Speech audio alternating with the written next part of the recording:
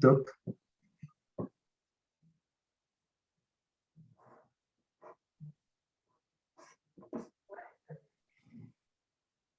Top. Top. Eh bien, bonsoir. Bienvenue à ce nouveau rendez-vous des webinaires des éditions du Croquant.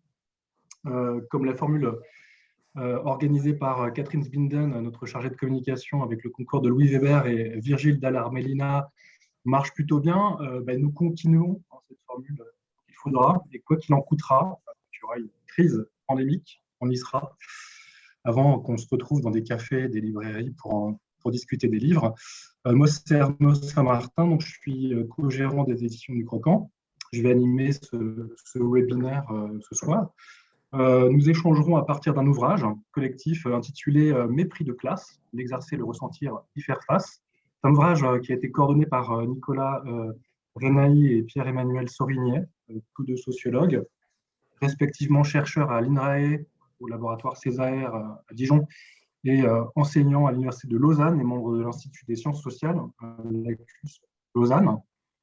Nul doute que la question du mépris de classe et du genre de celle qui intéresse et intrigue, dont nous allons parler ce soir, c'est une notion de sens commun qui est appropriée, vécue de multiples façons, souvent brandie, sans autre forme de procès, de définition précise. Dans les usages politiques très récents qui donnent à réfléchir, à tout moins si on les inspecte en suspendant le jugement et l'irritation qu'ils peuvent susciter de prime abord, on peut citer, et là je fais juste deux exemples, notamment une sortie de Marlène Schiappa, ministre chargée de la citoyenneté. Selon elle, l'animateur cathodique Cyril Hanouna, qu'elle verrait bien animer le débat de l'entre-deux-tours en 2022, serait la victime d'un mépris de classe, je la cite, et elle estime au contraire que cet employé et ami de Vincent Bolloré aurait une bonne connaissance de la société française, qui le placerait de façon optimale comme garant du débat public. Alors, on passera sur la trajectoire sociale de ce fils de la bourgeoisie et l'instrumentation du format « Touche pas à mon poste » en guise de version radicale cheap du grand débat macroniste. Que la ministre use du syntagme est en soi signe de son utilité dans les luttes héristiques qui encombrent l'espace attentionnel dans les médias aujourd'hui. Autre exemple, tout aussi parlant, peut-être qu'on l'évoquera, à intervalles réguliers, Marine Le Pen et ses lieutenants n'ont de cesse de fustiger le mépris de classe qui s'exprimerait dans la bouche des membres de l'establishment politique à travers la disqualification des militants électeurs du FN, RN. L'héritière de Montretout oblitère ainsi son milieu d'appartenance et fait signe en direction des déclassés, des sans-dents raillés par un ancien président, les gens qui ne sont rien, méprisés par son successeur et ancien négligé. Là encore, le recours au schème du mépris de classe est fort utile en ce qu'il clive, typifie, caractérise des sentiments, des ressentiments aussi, et le parti d'extrême droite de capter ainsi toujours plus de suffrages en puissance, non sans cynisme du côté des cadres bourgeois qui jouent de ces stéréotypes pour se démarquer de leurs concurrents jugés déconnectés de la vie quotidienne de leurs concitoyens. Alors on pourrait continuer l'inventaire, mais je laisse cela à nos invités ce soir. Il faut saluer l'immense intérêt de ce travail collectif qui met à distance ces évidences et ces prénotions pour mieux les reconstruire sociologiquement et approfondir les mécanismes, les structures, les représentations du mépris de classe au ras de l'expérience ordinaire.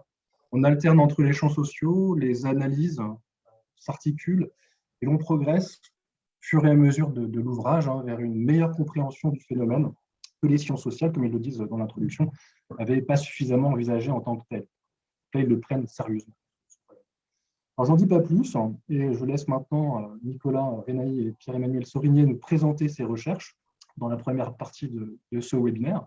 Donc, vous disposez, comme prévu, de 25 à 30 minutes. Je tiendrai le chrono, enfin, j'essaierai.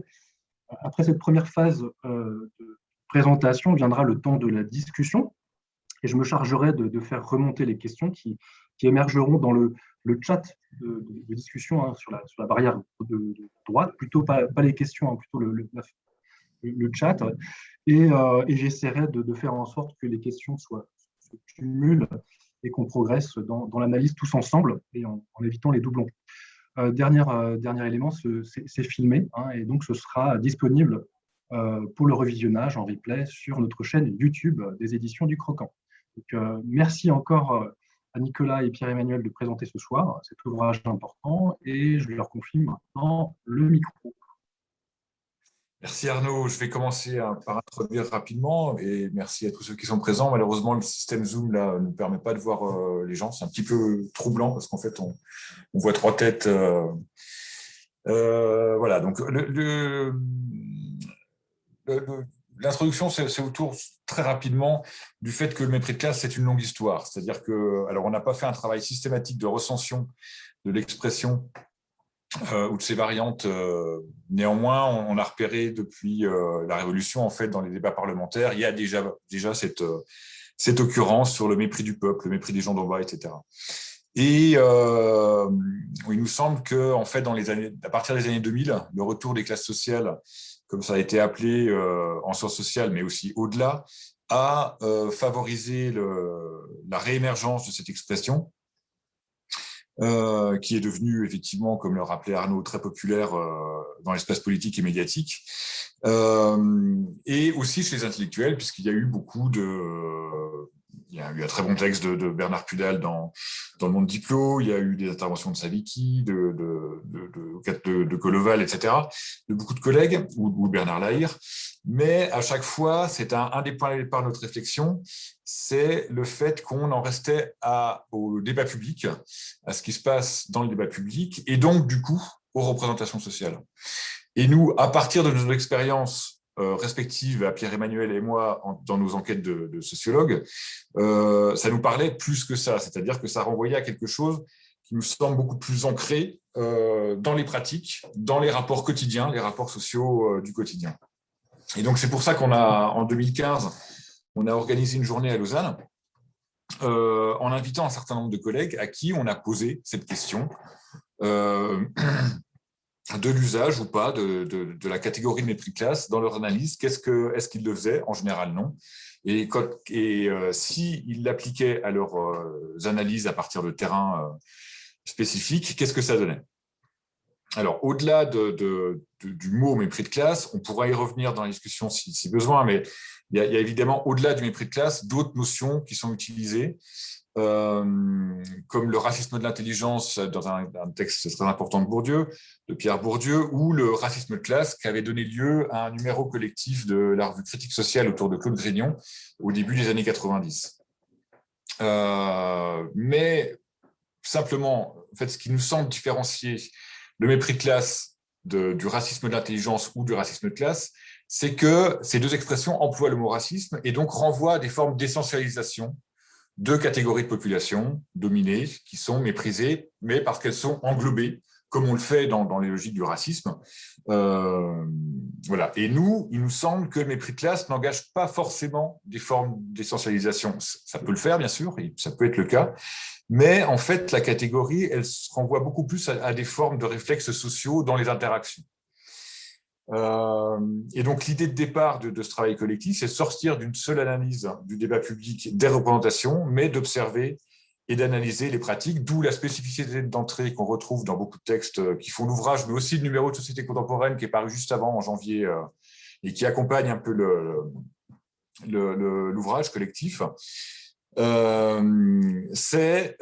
spécificité, c'est le fort usage de l'ethnographie, des enquêtes directes, autour de collectifs de travail ou d'autres formes de collectifs. C'est une manière d'analyser la société au ras des expériences vécues, au ras du sol, pour reprendre la formule de Revel et de la microstoria. Et donc, quand on fait ça, très vite, on s'est rendu compte qu'on rencontrait les émotions de classe, c'est-à-dire le fait que le goût, le dégoût des autres, le fait qu'on soit perturbé par un regard un regard insistant, par un oubli, voilà, c'est toutes des petites choses qui vont mobiliser les affects, les formes d'humiliation, de ressenti, de honte de soi, les affections du corps, le fait de rougir, de ne pas se sentir à ta place, etc., à sa place. Voilà, tout simplement parce que les interactions ne sont jamais neutres socialement et elles nous rattachent à la structure sociale. Voilà. Pierre-Emmanuel va enchaîner sur justement cette question de la structure sociale et de la valeur individuelle. Oui, alors merci pour l'invitation et merci Nicolas pour ce début qui rentre dans le vif du sujet. Je dirais, pour revenir sur cette catégorie analytique, hein, c'est comme ça qu'on la dénommera, qu'on a du mépris de classe, on a aussi réfléchi sur ces manifestations. Et en fait, c'est assez intéressant dans un monde social assez organisé, hiérarchisé, avec des statuts fixes. Finalement, est-ce qu'on a encore besoin de manifestations de mépris de la part des dominants? Et donc, c'est une réflexion qui pose d'abord la question de l'existence et de la perception de ce mépris de classe. Et donc, c'est à la fois une question centrale pour les sociologues que nous sommes, c'est comment on appréhende ce mépris. Est-ce qu'on l'appréhende dans les discours, dans les observations? Quelles sont les procédures d'enquête du coup que l'on met en place? Quelles sont les méthodes d'enquête que l'on mobilise? Quelles sont aussi les grilles d'analyse que l'on emprunte à tel ou tel auteur pour pouvoir se saisir, par exemple, des manifestations corporelles? Donc voilà, tout un ensemble de questions qui se posent d'entrée de jeu sur les manifestations de ce mépris de classe. Comment se manifeste-t-il et quand est-ce qu'il se manifeste et pourquoi, dans des sociétés capitalistes extrêmement organisées, hiérarchisées, les dominants, d'une certaine façon, on les appellera comme ça de manière un peu ontologique, ont-ils besoin de manifester ce mépris? Donc, ça, on part de cette première question. Derrière, sous-jacente à cette première question, il y a évidemment une théorie de la stratification sociale. J'ai utilisé le terme de dominant. Quand j'utilise le terme de dominant, je n'utilise pas seulement l'idée de hiérarchie, parce que toute situation hiérarchique n'inscrit pas nécessairement une discrimination ou une situation de domination. Et revenir à la question de la stratification sociale pose du coup la dimension de lutte des classes qui se déploie dans les scènes de la vie quotidienne, tant dans l'espace public que dans l'espace privé.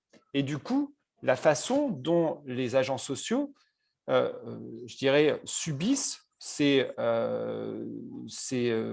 luttes de classe, c'est quand elles se manifestent de manière violente et brutale, comme dans le cas du mépris, et comment aussi, éventuellement, ils peuvent y résister.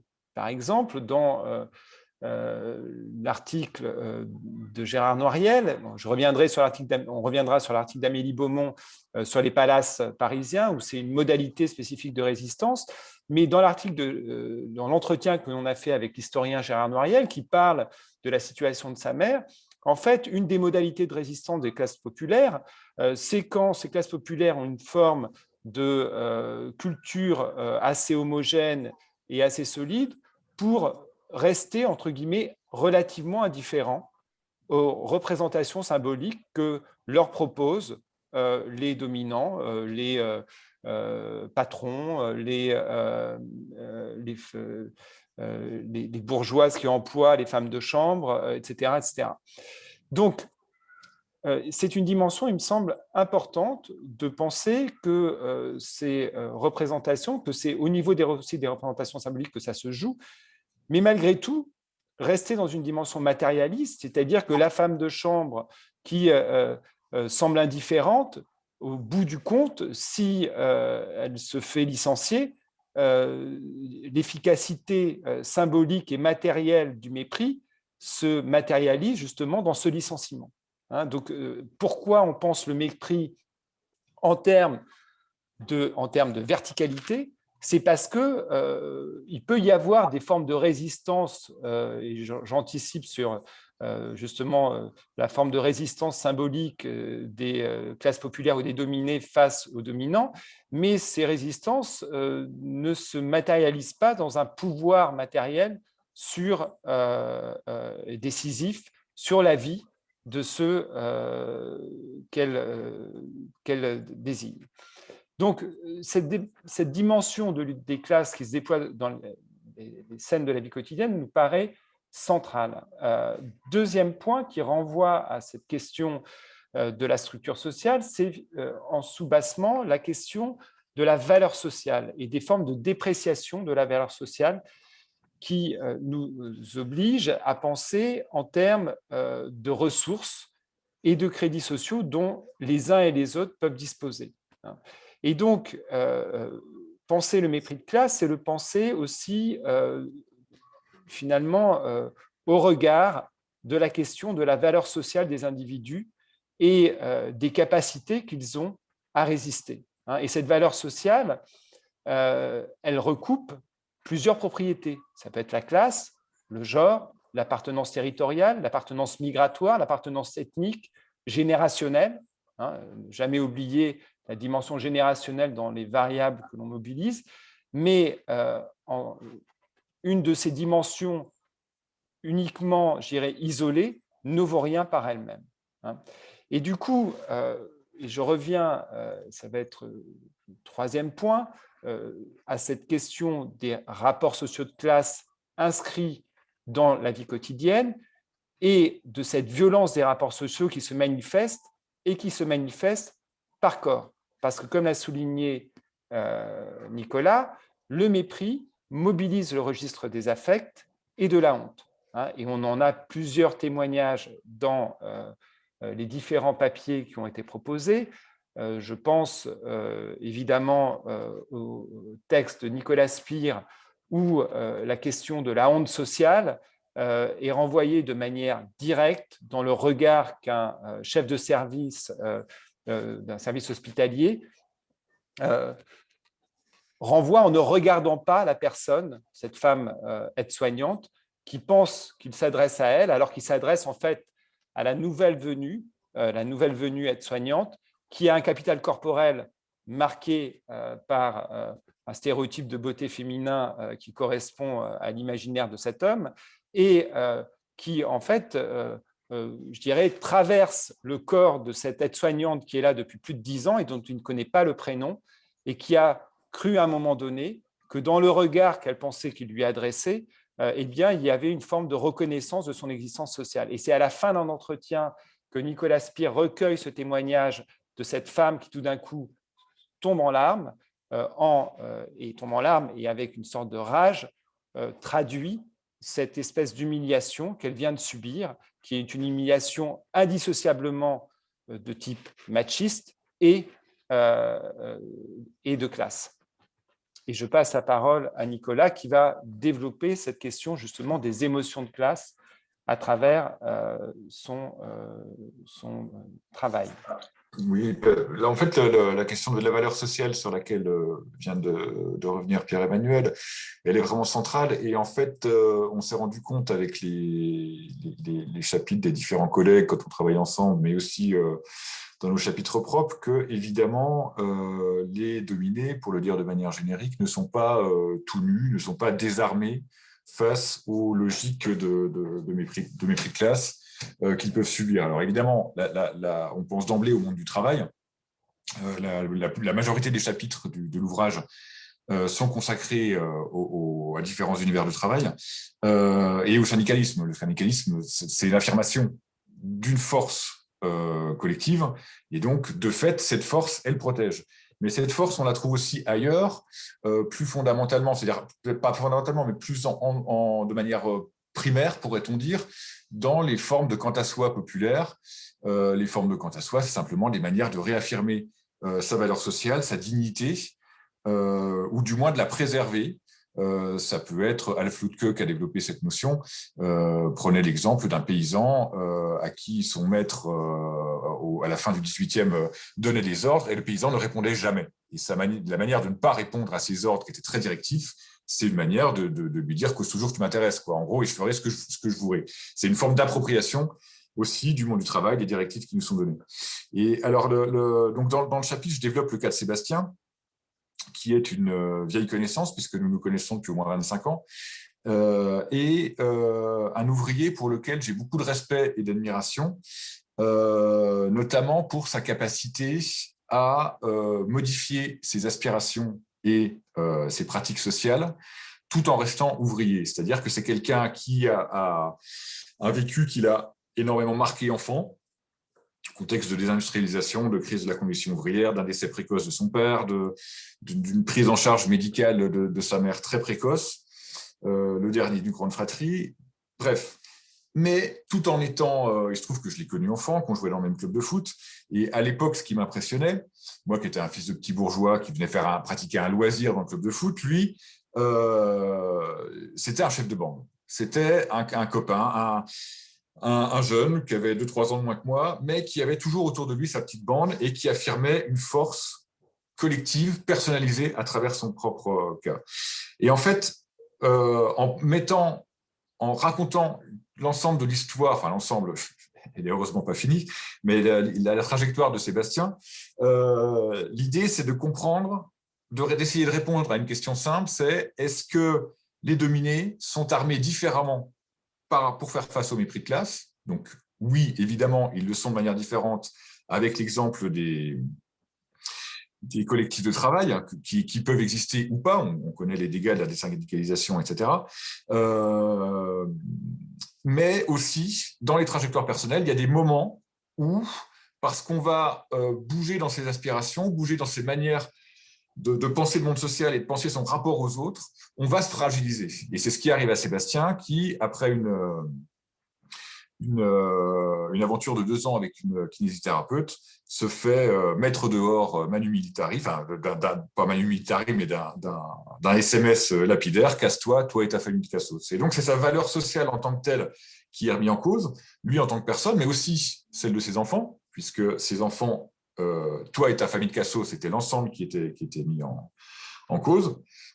Et il est brutalement rappelé à sa condition subalterne, d'où le désarroi terrible qu'il éprouve à ce moment-là et le long chemin qu'il a fait pour arriver à se réassurer socialement en changeant, en puisant dans son quota soi populaire, mais en arrivant à le nourrir de ce qu'il avait vécu aussi par ailleurs, avec cette kinésithérapeute, avec le travail au noir qu'il avait pu faire dans le bâtiment chez des touristes, des résidents secondaires français ou étrangers qui l'ont ouvert, avec bien sûr, avec moi en tant qu'ami sociologue, avec mon couple, etc., en puisant un peu dans un ensemble de ressources qui lui ont fait retrouver une forme de stabilité après un passage un peu difficile.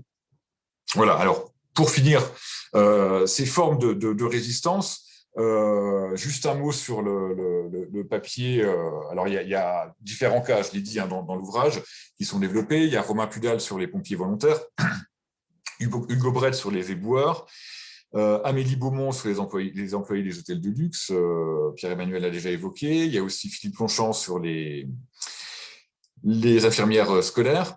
Ce qui est intéressant dans le texte d'Amélie, notamment, c'est qu'elle montre comment il y a des usages routinisés du collectif des employés des hôtels de luxe pour faire face au potentiel mépris des dominants. Et en fait, le mépris des dominants, ce n'est pas le même. C'est-à-dire que la grande bourgeoisie et l'aristocratie, les usagers usuels des hôtels de luxe, il y a tout un codage de la relation au dominé qui fait que le dominé n'a pas à se sentir méprisé. Des problèmes peuvent arriver quand ce sont des nouveaux riches qui arrivent, qui n'ont pas ces codes sociaux. Et une des manières de faire face, que met en avant Amélie, ça va être d'apprendre de manière très subtile à ces nouveaux riches comment leur parler et comment s'adresser à des gens qui sont là pour les servir, mais à le faire avec respect. Pierre-Emmanuel, tu enchaînes? Oui, tout à fait.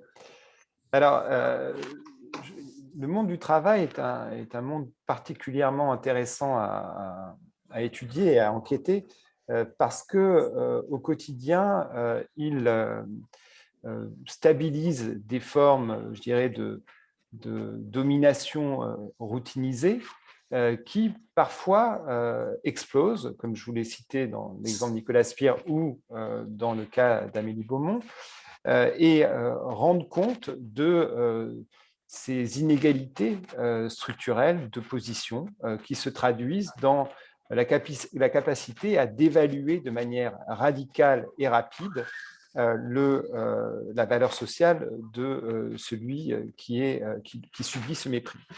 Alors, je vais donner un autre exemple pour prolonger cela, c'est que du coup, ça suppose quoi? Ça suppose qu'à la fois, nous, en termes de méthode, on s'intéresse à la question, et on reviendra un peu plus tard, on s'intéresse à la question de la réception, c'est-à-dire de ceux qui disent subir ce mépris ou que l'on observe vivre une humiliation, dans certains cas où l'enquête est possible, et ça posera donc la question aussi de l'entrée sur le terrain, quel dispositif d'enquête peut-on avoir? Et aujourd'hui, par exemple, sur le monde de l'entreprise ou le monde du travail plus généralement, des enquêtes au long cours qui permettent de gagner la confiance, d'observer de près, etc., qui peut le faire?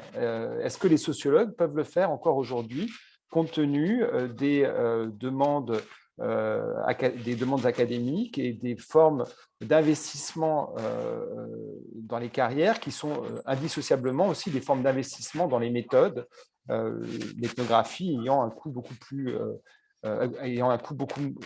important et étant moins rentable dans un travail, je dirais, au long cours. Donc, ça, c'est une parenthèse. Mais l'idée, c'est que, en reprenant Grignon, c'est que les dominants aussi ont la haine. Si on s'intéresse à la réception, on doit s'intéresser aussi à la production et aussi aux formes de malentendus. C'est parfois des malentendus dans la réception, et donc il faut arriver à saisir les modalités de ce mépris et les sources de la production de ce mépris. Et quand on dit les dominants ont la haine, ils ont parfois une haine de classe qui s'ignore elle-même, d'une certaine façon, et qui doit être apportée, comme le souligne Nicolas en citant Amélie Beaumont, aux propriétés sociales de ceux qui expriment le mépris. Par exemple, chez Amélie Beaumont, je reprends cet exemple, c'est ces propriétés un peu, je dirais, de nouveaux riches de ses clients qui expriment du mépris radical, mais qu'il est possible de contourner. Mais par exemple, dans l'article d'Éric Darras, chez les journalistes qui interviewent et méprisent ouvertement Philippe Poutou, eh bien, ce ne sont pas n'importe quel journaliste qui manifestent du mépris à son égard. Ce sont des journalistes qui sont en mobilité sociale ascendante et sont fascinés par les grands noms de la politique. Ce ne sont pas des héritiers, des gens installés, ce sont souvent des gens qui ont réussi à gravir les échelons du monde journalistique, à occuper des positions de pouvoir, mais sont encore relativement fragiles. Et lorsqu'ils voient un Philippe Poutou leur parler comme s'ils étaient des passe-plats et considérer les politiques qu'ils admirent comme des vauriens, eh bien, ils se font le relais de ce qu'ils pensent être la voix des classes dominantes de la grande bourgeoisie. Donc, il faut toujours s'intéresser à ces deux dimensions, réception et production. Dernier point avant la conclusion, puisque le temps passe, c'est réfléchir aussi à cette question du mépris de classe et de l'articuler aux différents processus de stigmatisation. J'ai évoqué la question des stigmatisations de genre, c'est-à-dire d'un mépris de classe qui s'articulerait à une forme de machisme, comme dans l'aide-soignante chez Nicolas Spire, mais aussi des formes de racialisation des rapports sociaux qui peuvent être intégrés à ce mépris de classe, mais qui permettent aussi de réfléchir sur le fait qu'il y a des formes racialisées d'assignation à une place dans l'échelle sociale. Ça a été développé en particulier dans l'article de Frédéric Razera, mais qu'il ne faut pas s'arrêter d'une certaine façon à cette logique du stigmate racialisé, et que réintégrer la structure sociale et les rapports sociaux de classe dans l'explication d'une locution, par exemple, raciste, est essentiel pour comprendre les modalités d'expression, par exemple, du racisme, mais qui s'articulent toujours à des contextes, à une histoire locale, à une histoire sociale, à des positions occupées par les uns et par les autres. Et c'est donc dans les articles respectifs de Cyril Nazareth, de Romain Pudal et dans le mien, que l'on trouve justement cette idée qu'une locution raciste n'épuise pas l'interprétation sociologique, et que donc on doit articuler d'une certaine façon une sociologie des inégalités de position et des conflits sociaux à une sociologie qui s'intéresse à la violence brute des discriminations. hein.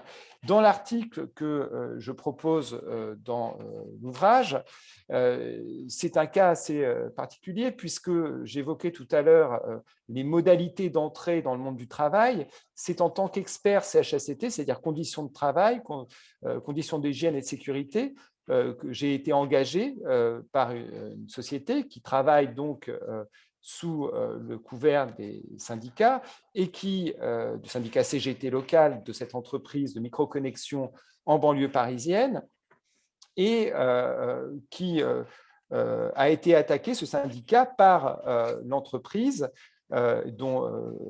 pour un cas de racisme au travail. Alors, je m'explique. Quand j'arrive dans cette entreprise, dans laquelle je vais rester de longs mois d'enquête, j'ai affaire à une direction, en particulier une direction des ressources humaines, qui me dit, en gros, nous avons, dans les délégués syndicaux de l'atelier, d'un atelier spécifique de microconnexion et un atelier composé essentiellement composé que de femmes, nous avons des cas de racisme envers les jeunes femmes issues des cités environnantes, d'origine populaire et d'origine maghrébine. Alors, présenté comme ça, c'est comme ça que la direction me présente, la direction des ressources humaines me présente le cas en présence. Et tout l'enjeu du travail sociologique, ça va être à la fois de recueillir les discours des unes et des autres, et puis de comprendre que ce qui se joue, ce n'est pas seulement du racisme, c'est-à-dire qu'en effet, les syndicalistes CGT en place traitent de bougnoul, certaines jeunes qui viennent d'arriver en CDD, qui sont intérimaires, mais elles le font parce que ces jeunes, pour certaines, c'est après le 11 septembre, ont passé des tracts de manière assez provocante en appelant à saluer les attentats du 11 septembre et en glorifiant le nom de Ben Laden. Donc, il y a une espèce de clivage qui apparaît extrêmement, d'une certaine façon, racialisé. Racialisé et avec la géopolitique derrière, etc. Mais en fait, ce qui se passe très concrètement, c'est que ces jeunes-là, elles ont été recrutées en intérim et la direction leur a proposé, leur a fait miroiter un emploi fixe en CDI si elles acceptent de prendre en compte les nouvelles normes de production, d'augmenter leur productivité et d'accepter ce qu'on appelle à l'époque les formes de transversalité sur les postes de travail.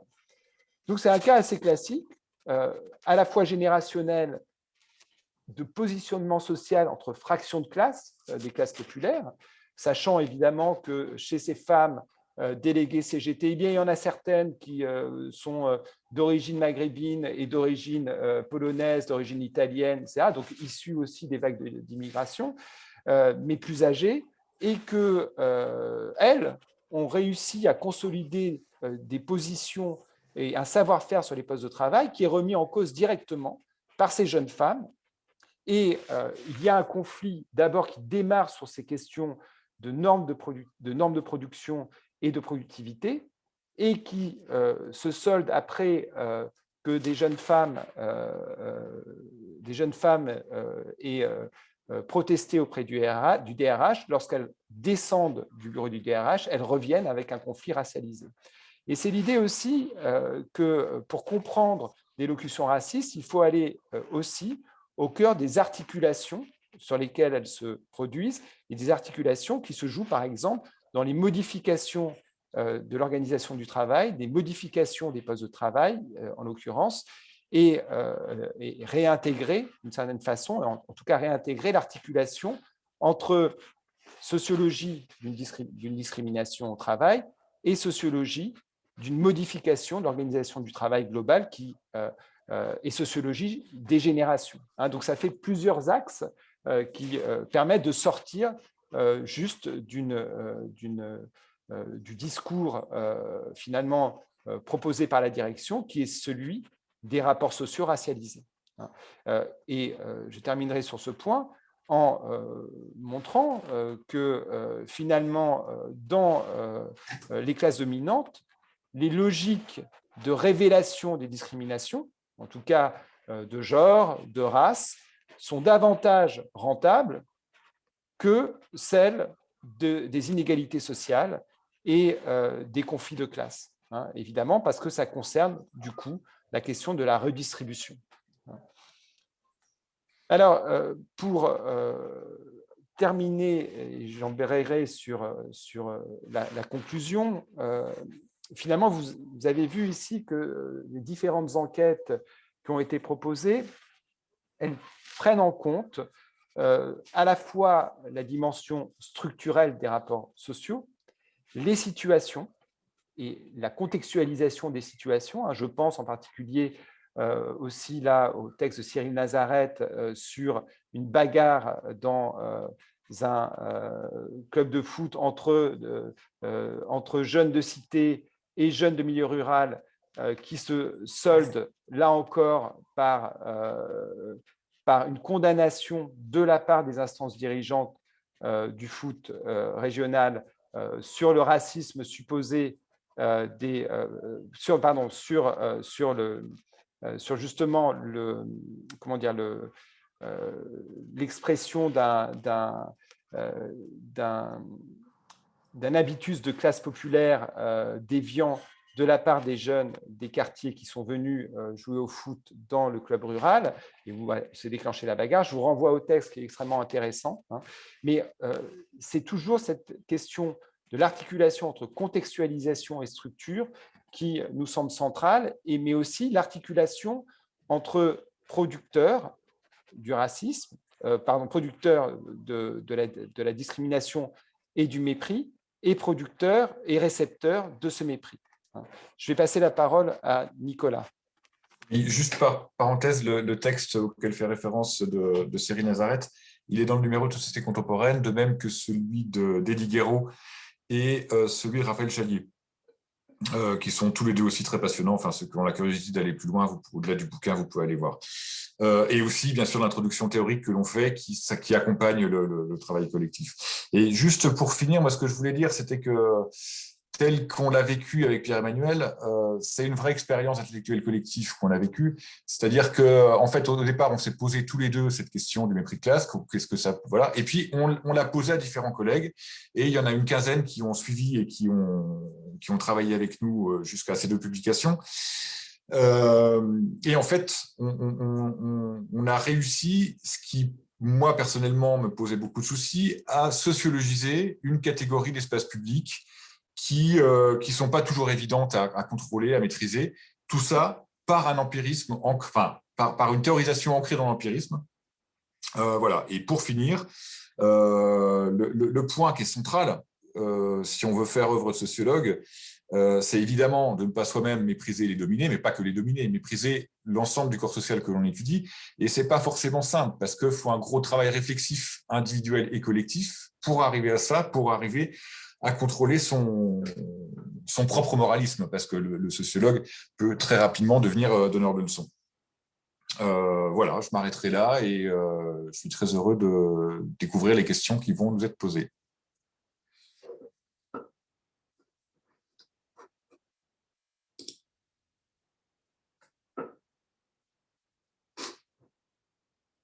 Ton son. Avec le micro, c'est encore. Mais le micro, Arnaud. Arnaud, le micro. C'est bon, c'est bon. Bon. Non, tu n'as pas mis ton micro, donc, Arnaud. merci beaucoup pour cette présentation. Ah. Je l'ai mis. Okay. Je l'ai mis. Ouais. Oui. Alors, c'est qu'on ne m'entend pas très bien. Donc, merci pour cette restitution très riche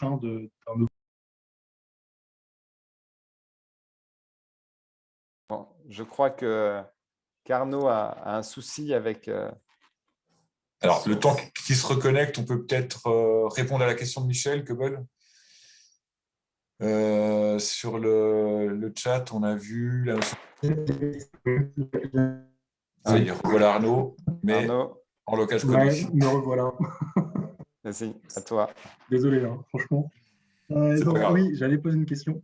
Non, merci pour cette restitution. Et en vous écoutant, en lisant l'ouvrage, ce qui m'a frappé, c'est qu'en fait, depuis le début, depuis qu'on fait de la sociologie, on ne voit que ça, du mépris de classe. On ne le recode pas forcément avec cette catégorie-là, parce que pour toutes les raisons que vous avez évoquées, hein, en pureté, le fait qu'elle circule, ça renvoie enfin, à plein de catégories de sens commun qui lui sont liées.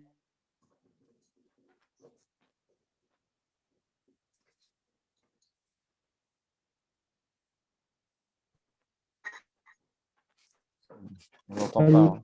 On t'entend pas, Arnaud. C'est compliqué. Bah non, mais non plus. Ouais. Ça, c'est bon. Hein. Vas-y, continue. C'est bon.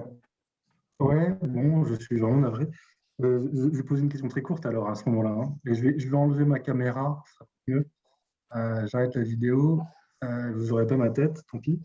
Et oui, donc on voit des phénomènes qui sont une gamme de phénomènes sociaux, de processus, de mécanismes, voilà, de délégitimation, de disqualification, de discréditation de l'autre qui sont partout présents et qui en même temps n'étaient pas pris en charge par la sociologie telle que vous le dites hein, dans la production. Et ce paradoxe me paraît assez saisissant. Comment vous expliquez que finalement, il aura fallu ce travail, ce sursaut, cette expérience que vous évoquiez tout à l'heure, pour que finalement, cette catégorie soit sociologisée, sociologisable? Peut-être répondre. Oui, on va répondre. Bon, je peux démarrer. Hein. Alors, il me semble que on n'a pas inventé quelque chose de nouveau. Hein. Cette catégorie, on s'en est saisi. Et d'ailleurs, on souligne bien que ce n'est pas un concept, c'est une catégorie assez souple qu'on a finalement mis en parallèle avec celle de respectabilité. Hein, celle de respectabilité qui nous paraissait extrêmement intéressante et d'honorabilité, mais peut-être davantage celle de respectabilité qui nous paraissait extrêmement intéressante dans les travaux de Bert Skeggs en particulier, qui disait justement sur la question de la classe, c'est que la classe sociale, finalement, elle est tout le temps, l'appartenance de classe, elle est tout le temps présente, elle est rarement explicite, et c'est une absence structurante. Hein, et cette idée d'absence structurante, eh bien, voilà, c'est quand elle devient présente, d'une certaine façon, quand la violence des situations de mépris fait que se met à jour ce rapport social d'inégalité et de valeurs sociales différenciées. Hein, et du coup, ça pose aussi la question, on l'a souligné, de pourquoi il y a la nécessité de mettre à jour quelque chose qui est normalement routinisé.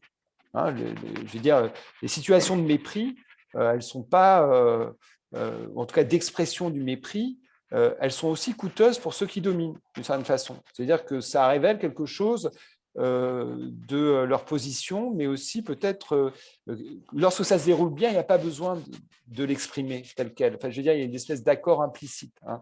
Et donc, respectabilité, c'est maintenir, garder la face, pour reprendre des termes goffmaniens, maintenir une espèce de voilà d'impression de collaboration. Hein, et donc, je veux dire, tout le système politique et capitaliste vise à éviter les rapports frontaux de classe. Hein, j'ai travaillé sur la chasse de tête en étant consultant. Les patrons de cette boîte qui me disaient mais il n'y a pas la notion de classe, ça n'existe plus. C'était au début des années 2000. On est tous un maillon de la chaîne. Hein, et ça, c'est vraiment l'argument qu'on entend régulièrement chez les grands patrons, etc. On est un maillon de la chaîne et chacun a sa position, a sa place, etc. Bon, eh bien, lorsque le mépris se livre, d'une certaine façon, la question des rapports de classe et la perte de respectabilité est brutale et elle apparaît telle qu'elle. Et donc, il faut sociologiser ces événements-là. Ce n'est pas de la violence symbolique. Hein. Voilà, c'est justement là-dessus que je voulais rebondir en lien avec une question sur le mépris de classe du bas vers le haut qu'il y a eu. On ne voit pas l'auteur de la question. En fait, le mépris de classe, ce n'est pas de la violence symbolique. Et pour prendre l'exemple qui est donné des classes de ZEP ou des enfants de cité vont moquer le style d'être, les habitudes du petit bourgeois ou des enseignants, etc.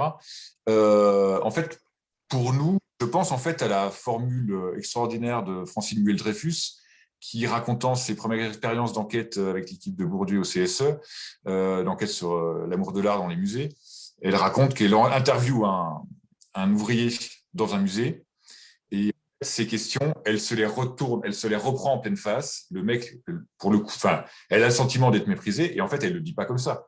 Elle dit qu'elle reprend en pleine face la violence symbolique comme un boomerang. Et il me semble que c'est une distinction assez importante, c'est-à-dire que le mépris de classe, on ne dit pas qu'il n'existe pas, du bas vers le haut, bien sûr qu'il existe, mais il n'a aucun effet. C'est-à-dire que dans la cour de récréation, en fait, quand ces jeunes se moquent des petits bourgeois ou des enseignants, en fait, ils réaffirment leur place qui leur est assignée. Ils ne veulent pas en bouger en faisant ça. Ils veulent simplement essayer de sauver la face, de préserver leur honneur. Mais ils ne vont pas changer d'un pouce l'ordre des choses. Voilà. Et puis, il y avait la question, effectivement, aussi de Michel, effectivement, je pense qu'on y a un peu répondu dans nos topos respectifs avec Pierre. C'est-à-dire qu'évidemment, le mépris de classe s'exprime souvent à notre insu. C'est pour ça que quand on est un peu réflexif, on se rend compte de situations où nous-mêmes avons pu, si ce n'est être méprisant de manière volontaire, de manière très involontaire, ne pas prendre en considération la question de quelqu'un quand on fait un topo, voilà, il y a tout un tas, tout simplement parce que cette personne paraît insignifiante à notre regard. Enfin, il y a tout un tas de petites choses qui font qu'effectivement, on est dans l'ordre de l'inconscient de classe, comme le dit Lahire. Et c'est aussi toute la difficulté méthodologique, parce que analyser le mépris de classe, on est obligé d'en analyser ces manifestations ressenties. Mais on ne peut pas rentrer dans la tête des gens pour savoir ce qu'ils pensent réellement. Parce que de toute façon, en tant que sociologue, on pense que ce qu'ils pensent réellement, c'est dans l'interaction. Il n'y a pas une pensée pure et abstraite, quoi. Elle est toujours dans les interactions sociales. Je rajouterais à ce que tu viens de dire le fait que justement la réflexion, parce qu'on a beaucoup réfléchi à ça au début, sur la possibilité, je dirais, d'un mépris de classe du bas vers le haut. Et finalement, sur la question d'efficacité à la fois symbolique et matérielle, sur la dimension matérialiste, voilà, ce que je citais comme exemple, c'est qu'en gros, les ouvriers peuvent se moquer des patrons. Au final, ils peuvent se faire virer alors qu'ils ne peuvent pas virer le patron. Je veux dire, pour être aussi bête que ça, il y a un endroit où il faut prendre en compte les dimensions matérialistes des rapports sociaux. Et on ne peut pas être que sur des représentations et du symbolique. Donc, ça pose aussi la question, justement, d'articuler les représentations et la structure et je dirais les relations sociales. Et donc, c'est dans des interactions, c'est dans des événements, de certaine façon, que le mépris de classe se réalise, ce qui ne veut pas dire qu'il n'y a pas des formes de dépréciation ordinaires, routinisées, mais acceptées de part et d'autre. Ce qui est très intéressant, c'est que pour ceux qui le subissent, la situation de mépris, elle apparaît dans les discours, dans les entretiens, et pour ceux qui le produisent, c'est variable. C'est variable parce que et c'est pour ça qu'il faut absolument articuler les deux dimensions, celle de la réception et celle de la production, pour ne pas rester uniquement sur une sociologie de la discrimination, d'une certaine façon. Alors, j'ai des scrupules à reprendre le micro parce que ça va se couper, mais je verbalise une question qui me paraît vraiment sur les émotions. C'est quelque chose que vous avez évoqué qui montre à quel point on peut pénétrer très profondément dans l'expérience du mépris de classe. Et tout ça renvoie à des travaux en sociologie du travail, sociologie politique, etc. Et là, vous les remobiliser en les socialisant dans le cadre de ces enquêtes sur le mépris de classe. Est-ce que vous pourriez tout simplement nous dire comment on approche ces émotions comment elle se visualise, comment elle s'exprime, comment aussi elles sont. Bah, je crois que c'est Nicolas qui parlait de la honte, le rougissement, etc. Enfin, toutes ces formes, ces expressions corporelles, mépris de classe, comment on les approche, comment on les aborde, qu'est-ce que ça fait aussi à l'analyse sociologique que de les aborder. Voilà, est-ce que vous pourriez en dire un peu plus? C'était une question de Raphaël Chalier. Alors, dans le texte qu'on a produit dans Société contemporaine, on a insisté, enfin, c'est vraiment le prisme de ce texte, c'est d'analyser théoriquement le mépris de classe comme émotion de classe. Et donc, effectivement, on utilise notamment Harley Hochschild en puisant et en systématisant un peu son analyse, en essayant de la tirer de chez les interactionnistes pour l'introduire dans une sociologie des classes sociales. Vraiment faire une émotion des classes sociales. Après, sur la manière de la ressentir, de ressentir le mépris de classe, là où c'est très compliqué, c'est qu'on n'a pas, comme ça a été dit, on n'a pas toujours la conscience d'exprimer du mépris. Et par contre, il y a des moments où on exprime de la domination et on ne sait pas si c'est pris comme du mépris ou pas. Et je prendrai simplement l'exemple, j'ai développé un petit peu l'idée du chapitre avec Sébastien. Nos premiers entretiens, à partir du moment où j'ai osé lui imposer le magnétophone, parce que j'ai pas voulu le brusquer, etc. C'était une démarche assez longue. Et à partir du moment où je sors le magnétophone, en fait, je me rendais compte de son état de stress par sa manière de prendre des objets tout le temps dans les mains, de taper sur la table comme ça, de prendre un briquet, de fumer clope sur clope, de boire de l'alcool, etc. Et en fait, c'est bien plus tard, 15 ans après, qu'il m'avoue que la situation le stressait énormément. Alors, il me parle de stress, et en fait, c'était parce qu'il était mis en position scolaire, qui lui rappelait un très mauvais souvenir, parce qu'il a un cursus scolaire dramatique, enfin, qu'il a vécu de manière dramatique. Et du coup, ce décryptage, je n'ai pu le faire réellement que 15 ans après ses premières observations, au moment où il est revenu. Où là, j'ai compris aussi pourquoi sa femme faisait la gueule, sa femme de l'époque, faisait la gueule quand je venais, pas par rapport à ma présence, puisqu'elle appréciait ma présence, elle me le disait, mais par le fait qu'on buvait toujours ensemble. On sortait l'apéro et on buvait, et c'était une manière de gérer la distance sociale entre nous.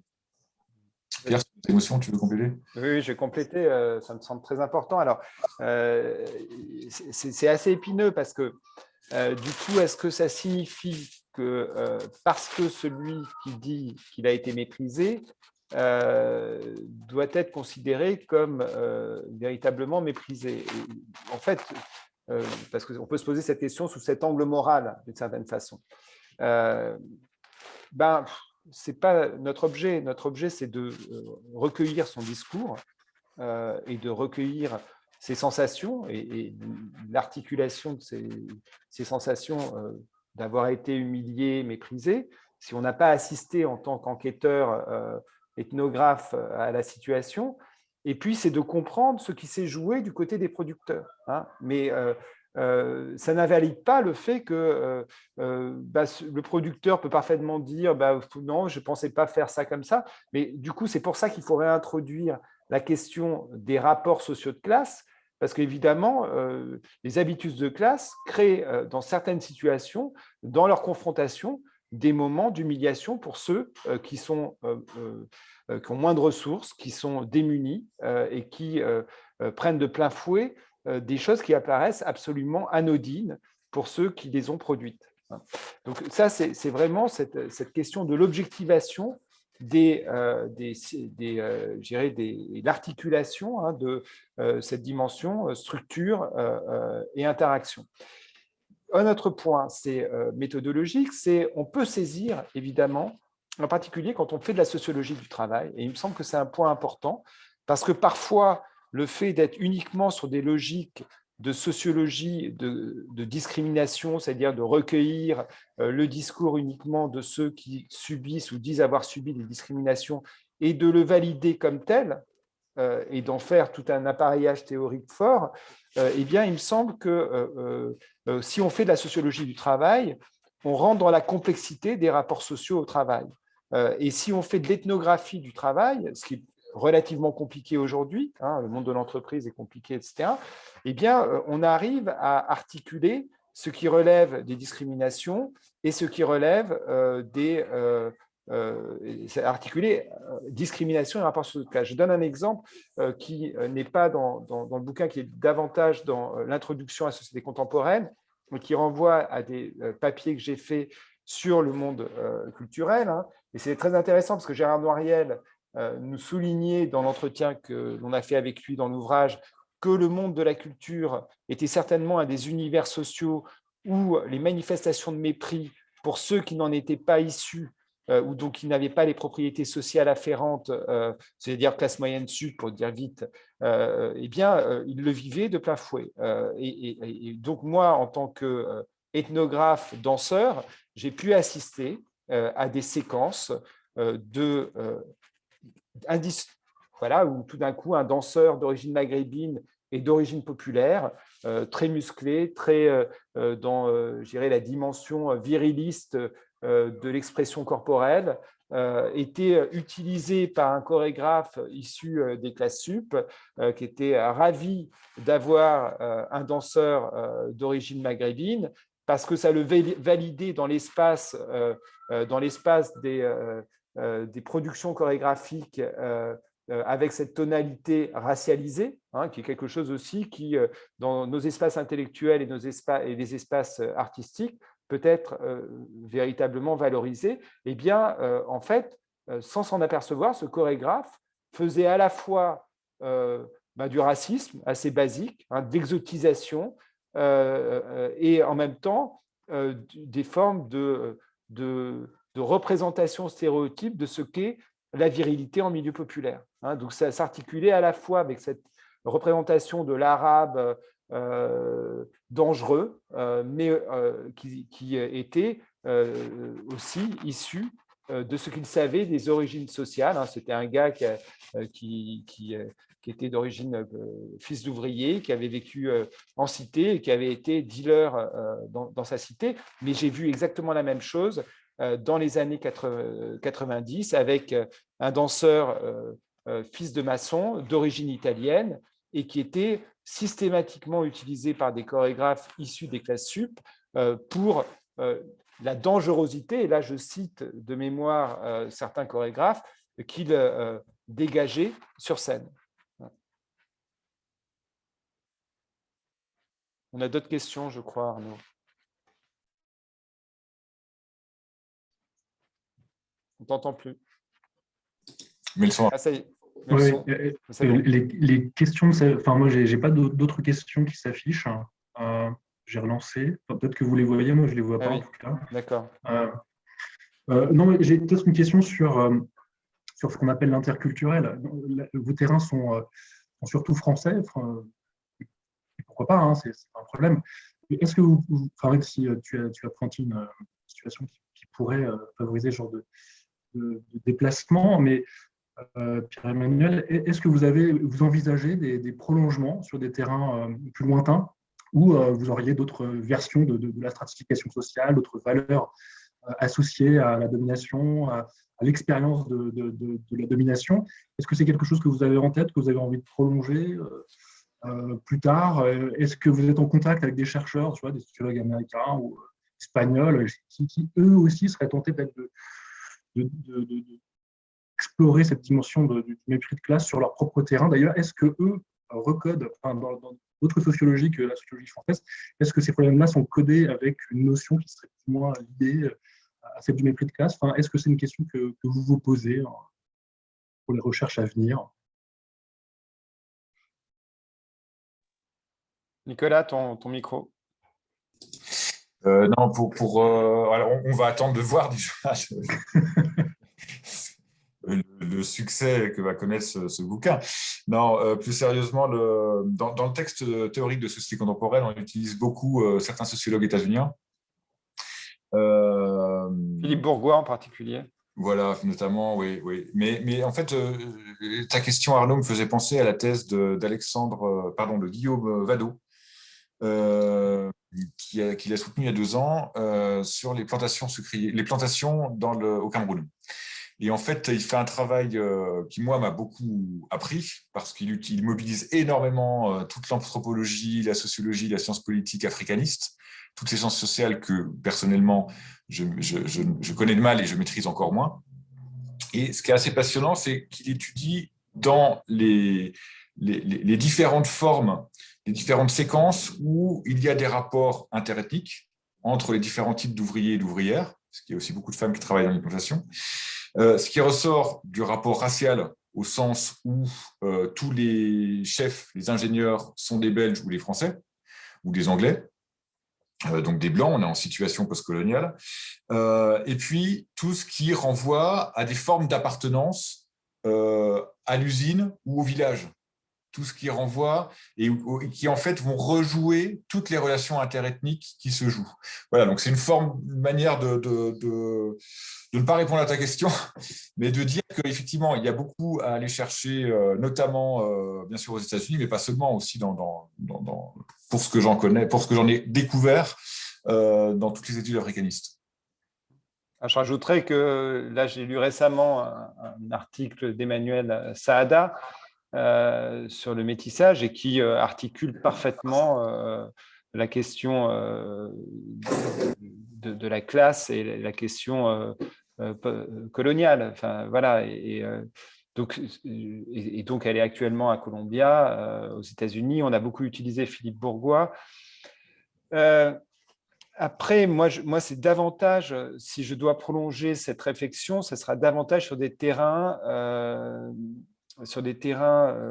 plutôt, par exemple, sur le monde de la culture, comment d'une certaine façon, les formes esthétiques contemporaines d'avant-garde racontent en creux aussi des formes d'évaluation de la production dite populaire, des formes aussi de coûts d'entrée extrêmement élevés pour le recrutement social d'enfants issus des classes populaires. C'est-à-dire, qu'est-ce que c'est de devenir aujourd'hui artiste dans le monde du théâtre contemporain, le monde de la danse contemporaine, qui est je dirais, au devant des revendications des discriminations sur le genre, le transgenre, la race, décoloniale, etc. Et en même temps, qui sur la question de la classe fait des inégalités sociales une discrimination. Aujourd'hui, par exemple, ce qui est très intéressant, c'est que dans le champ du spectacle vivant, en particulier du théâtre, les auteurs qui sont surcités et surutilisés par les metteurs en scène contemporains d'avant-garde, ce sont Édouard Louis, ce sont Didier Héribon, qui proposent aussi des formes littéraires héroïsées du transfuge de classe, voilà. Et donc, c'est très intéressant, par exemple, de réfléchir à ça sur les rapports entre la circulation des catégories sociologiques dans les espaces culturels d'avant-garde, et comment ils sont transformés, repris, etc. Et puis, je pense qu'il y a vraiment beaucoup à faire en France, dans le cadre d'une sociologie du travail traditionnelle, qui permet d'éviter, par exemple, de faire des conclusions hâtives sur... par exemple, ça c'est Fabien Jobard et Cyril Moreau de Bellin qui ont beaucoup travaillé sur la police et qui montrent la complexité du travail de la police et ne s'arrêtent pas seulement à la production de discrimination de la part des policiers. Et je pense que nous, en tant que sociologues, on doit travailler sur ces différentes dimensions et articuler, voilà, et en tout cas enquêter de près. Peut-être si je peux juste dire. Vas-y. J'ai le temps, Arnaud. Oui, c'était simplement pour évoquer un bouquin dont on n'a pas pu rendre compte dans nos publications parce qu'il fallait réduire. C'est aussi une maison d'édition indépendante, donc j'en profite. C'est Anacarsis qui vient de traduire le bouquin, la thèse de Carl Jacobi, Crime contre la nature. Et donc, c'est un historien de l'environnement, alors pas la même tradition puisqu'il est états-unien, mais qui fait beaucoup penser à Thompson, à la guerre des forêts, aux usages de la coutume, etc. où il montre que voilà, les environnementalistes et la grande bourgeoisie états-unienne, à un moment donné, vont s'allier pour créer des parcs, pour se créer des espaces verts, alors que le foncier est en train de se privatiser et qu'il y a une pression qui est de plus en plus forte, contre tous ceux qui habitent la campagne et la forêt sans avoir de titre, les Indiens, les petits paysans blancs, etc. Il me semble que c'est une œuvre que je considère vraiment importante et qui peut être très utile pour penser aujourd'hui les questions environnementales en sociologue. C'est-à-dire que, je ne sais pas, les questions environnementales sont très larges, mais si certains d'entre vous, parmi vous, fréquentent occasionnellement ou de temps en temps des déchetteries, par exemple, en tant qu'intellectuels, a priori, ils sont plutôt mal à l'aise. C'est-à-dire que ce que je veux dire par là, c'est que les déchetteries, c'est un des rares endroits où il y a une tonalité populaire à laquelle ceux qui sont des dominants dans le travail ou dans des rapports sociaux résidentiels ou familiaux doivent se plier. Voilà, c'est juste pour dire que ce bouquin de Jacobi est vraiment très stimulant pour comprendre ce qui se joue aujourd'hui en France autour de la montée des préoccupations environnementales et voilà, pour arriver à distinguer à mieux comprendre ce qui se joue et ne pas stigmatiser d'emblée, comme le faisaient les premiers environnementalistes états-uniens, le peuple comme étant celui qui fait des crimes contre la nature. Ce bouquin, moi, il est en haut de ma pile. Hein. Je l'ai prévu aussi en termes de lecture. Et ouais, j'ai peut-être une dernière question, sans éventer le contenu de la postface de Gérard Mauger. À la toute fin de sa postface, il évoque les vertus éventuellement thérapeutiques de ce regard porté sur le mépris de classe, cette espèce de lucidité réflexive que ça instruit. Est-ce que c'est quelque chose qui parcourt aussi votre analyse, cette idée que mieux connaître ces mécanismes, ces processus qui sont très complexes, qui procèdent à tous les étages de la structure sociale, est-ce que ça instruit aussi une forme de lucidité et donc peut-être aussi de libération, d'émancipation par rapport à ces mécanismes d'aliénation de tous les agents qui peuplent le monde social? Est-ce que c'est quelque chose qui traverse votre analyse? Est-ce que c'était un sujet de discussion, d'ailleurs, lorsque vous évoquiez les résultats de telle ou telle enquête? Est-ce que c'est une motivation aussi d'instruire cet effort réflexif? Quel est le rapport avec cette sociologie donc, du mépris de classe? Je laisse démarrer, Nicolas, puis je répondrai. Sur la réflexivité, c'est le métier de sociologue, quoi. C'est-à-dire qu'on étudie des faits sociaux, donc il faut s'affranchir des présupposés qu'on entend jour et nuit dans le monde social, mais qu'on a nous-mêmes en tant qu'agents sociaux. Donc pour moi, c'est la base du travail de sociologue, en fait. On ne peut pas faire de sociologie si on n'est pas réflexif, si on ne sait pas, même en termes d'objets, quoi. Aucun objet n'est neutre. Tous les objets qu'on choisit ont une importance et le but, c'est pas de déballer son histoire ou de se flageller, etc. C'est juste être conscient, soit faire ce travail pour soi, pour comprendre les choses que l'on a à maîtriser pour analyser l'objet qu'on a choisi. Évidemment, on peut évidemment aller beaucoup plus loin. Je pense au travail de Rosemary Lagrave, qui a fait un vrai travail d'auto-analyse dans l'ouvrage Se ressaisir. Il me semble que rien que le titre, il est magnifique. C'est-à-dire qu'en tant qu'intellectuel, on a de cesse de devoir se ressaisir. Alors, elle raconte sa trajectoire à elle, qui embrasse l'histoire d'une génération, l'histoire de féministes, l'histoire d'intellectuels, l'histoire de la sociologie rurale, etc. Mais il y a toujours cette nécessité d'avoir à se ressaisir pour soi-même et pour les travaux qu'on produit. Je rebondirai parce que ce que j'ai compris de ta question, Arnaud, c'est que ça concerne aussi les enquêtés, c'est-à-dire de leur donner à voir la question de la réception. Moi, sur la question de la prise de conscience des inégalités de position et des parcours sociaux, il y a quelque chose d'assez… il y a deux dimensions. Il y a la possible appropriation par les enquêtés de cette mise à jour des situations de mépris qu'ils ont pu vivre dans une dimension doloriste, c'est-à-dire dans une dimension je subis le mépris sous une forme, etc. Qui se traduit souvent d'ailleurs aussi dans l'emprunt à tout un répertoire des discriminations, parce que finalement, quand on enquête, souvent, en particulier, ça dépend les générations, mais chez les plus jeunes générations, le répertoire des discriminations est davantage convoqué, discrimination de genre, discrimination de race, est davantage convoqué que celui des, je dirais, des inégalités de position sociale. Parce qu'être pauvre, paradoxalement, c'est parfois beaucoup plus honteux que d'être noir ou que d'être arabe. Dans les discours de mes enquêtés, et c'est ce qu'ils me disent, mais après de longs entretiens sur plusieurs années, répétés, exactement comme le fait Nicolas, puisque notre spécificité à chacun de nous, c'est finalement d'être resté toujours en contact avec nos terrains et nos enquêtés sur parfois plus de 20 ans. Et du coup, je trouve que cette question de l'appropriation de la catégorie mépris de classe, parfois comme une discrimination parmi d'autres, eh bien, ça peut aussi être un effet non maîtrisé de notre part. Voilà.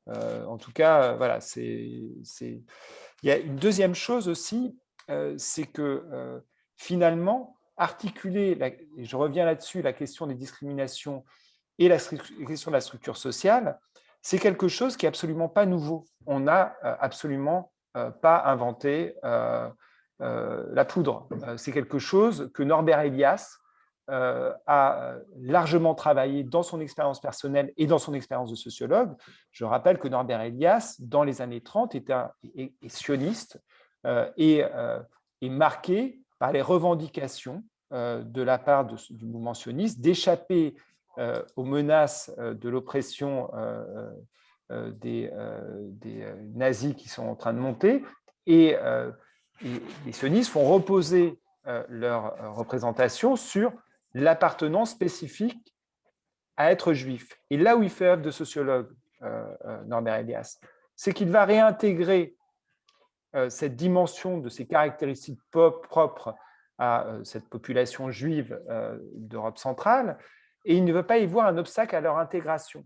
Il va montrer qu'au contraire, beaucoup de ces juifs aspirent à devenir des bourgeois et investissent les études, investissent le patriotisme de manière parfois dans une hypercorrection qu'on emprunte à Goffman, là, cette terminologie-là, mais c'est quelque chose qui est extrêmement fort. Et finalement, ce qu'il montre, c'est que l'hostilité de la population allemande envers ces juifs ambitieux et qui souhaitent devenir des bourgeois, elle réside sur le fait qu'ils menacent les positions des bourgeois locaux qui sont dans des situations de fragilité face aux changements économiques en cours. Et donc, cette bourgeoisie de second ordre que sont les juifs, eh bien, c'est ce qui fait cette espèce d'hostilité des bourgeois confirmés par leur appartenance nationale de longue date, et qui va, je dirais, susciter des postures discriminantes sans que les Allemands des années 30 soient des génocidaires en puissance et des lecteurs assidus de Mein Kampf. Et donc, il me semble que c'est ça, il me semble que c'est dans cette logique-là qu'on s'inscrit, dans une logique assez finalement basique du métier de sociologue, c'est de regarder les dimensions strictement relationnelles entre des groupes en compétition et d'articuler, je dirais, la dimension des discriminations à la dimension de la structure sociale. Bien, c'est une excellente conclusion. Je vous invite, merci encore pour la présentation, c'était passionnant. Merci pour la discussion, pour les questions. Je propose de clore ce webinaire. Navré pour ma connexion, c'est terrible, toujours sur le fil. Et elle sera disponible sur YouTube. On la partagera encore et encore. Et donc, merci encore. Et puis, je vous propose de nous dire au revoir. Et puis, merci. Et donc, l'ouvrage est disponible, évidemment, dans toutes les bonnes librairies et via le site des éditions du Croquant. Alors, il est réédité là, puisqu'il est déjà en rupture de stock, à ce qui paraît. Voilà, donc il faut le commander. Voilà. Et on en est ravis. On en est ravis. Donc, merci encore et puis à bientôt. Merci. Merci à toutes, merci à tous. Merci Au à revoir. toutes et à tous. Merci, au revoir. Au revoir.